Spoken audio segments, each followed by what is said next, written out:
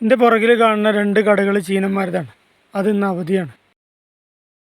Chinese സംസ്കാരത്തിലെ ഏറ്റവും പ്രധാനപ്പെട്ട അവധി ദിവസമാണ് സ്പ്രിംഗ് ഫെസ്റ്റ് അഥവാ ചൈനീസ് ന്യൂ ഇയർ. ഈ ഉത്സവം നിരവധി ആചാരങ്ങളും കെട്ടുകഥകളുമായി ബന്ധപ്പെട്ടിരിക്കുന്നു. അവരുടെ ദേവന്മാരെയും പൂർവികരെയും ബഹുമാനിക്കുന്ന ദിവസമാണിത്. അതുപോലെ തന്നെ ചൈനീസ് കുടുംബങ്ങളുടെ വാർഷിക റീയൂണിയൻ ഡിന്നറിന് വേണ്ടി ഒത്തുകൂടാനുള്ള അവസരവുമാണിത്.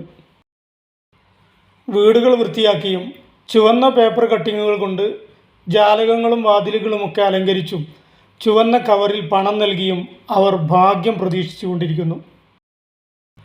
ശൈത്യകാലത്തിൻ്റെ അവസാനവും വസന്തത്തിൻ്റെ തുടക്കവും അടയാളപ്പെടുത്തുന്ന ആഘോഷമാണിത്.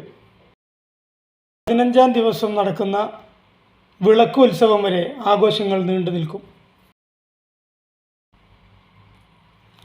ലാൻറ്റേൺ ഫെസ്റ്റിവൽ എന്നറിയപ്പെടുന്ന ഈ ദിവസം കുട്ടികളടക്കമുള്ളവർ പേപ്പർ വിളക്കുകളുമായി ദേവാലയങ്ങളിലെത്തുന്നു. ജനുവരി 21-നും ഫെബ്രുവരി 20-നും ഇടയിലുള്ള അമാവാസിയിലാണ്, അതായത് കറുത്ത വാവിലാണ് ചൈനീസ് പുതുവർഷത്തിൻ്റെ ആദ്യ ദിവസം ആരംഭിക്കുന്നത്. ഇതോടനുബന്ധിച്ച് തന്നെ ഡ്രാഗൺ ഉൾപ്പെടെയുള്ള മൃഗദിനങ്ങളും അവർ ആചരിക്കാറുണ്ട്. കൺഫ്യൂഷ്യനിസം, താവോയിസം, ബുദ്ധിസം തുടങ്ങിയ മതങ്ങളുള്ള ചൈനയിൽ അധിക പേരും മതമില്ലാത്ത ആളുകളാണ്.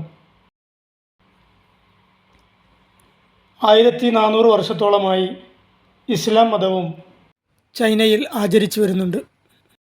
മലേഷ്യയിലെ സാബ സ്റ്റേറ്റിലുള്ള ലഹഡാത്തു ജില്ലയിലെ ചൈനീസ് ദേവാലയത്തിനു മുന്നിലാണ് ഞാനിപ്പോഴുള്ളത്.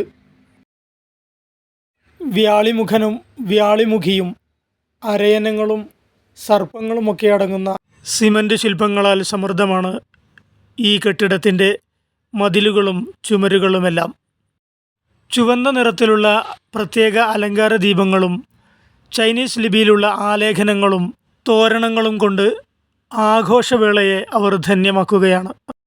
ലക്കും ദീനുക്കും വലിയ ദീൻ. നിങ്ങൾക്ക് നിങ്ങളുടെ മതത്തിൻ്റെ ആചാരാനുഷ്ഠാനങ്ങളുമായി മുന്നോട്ടു പോകാം.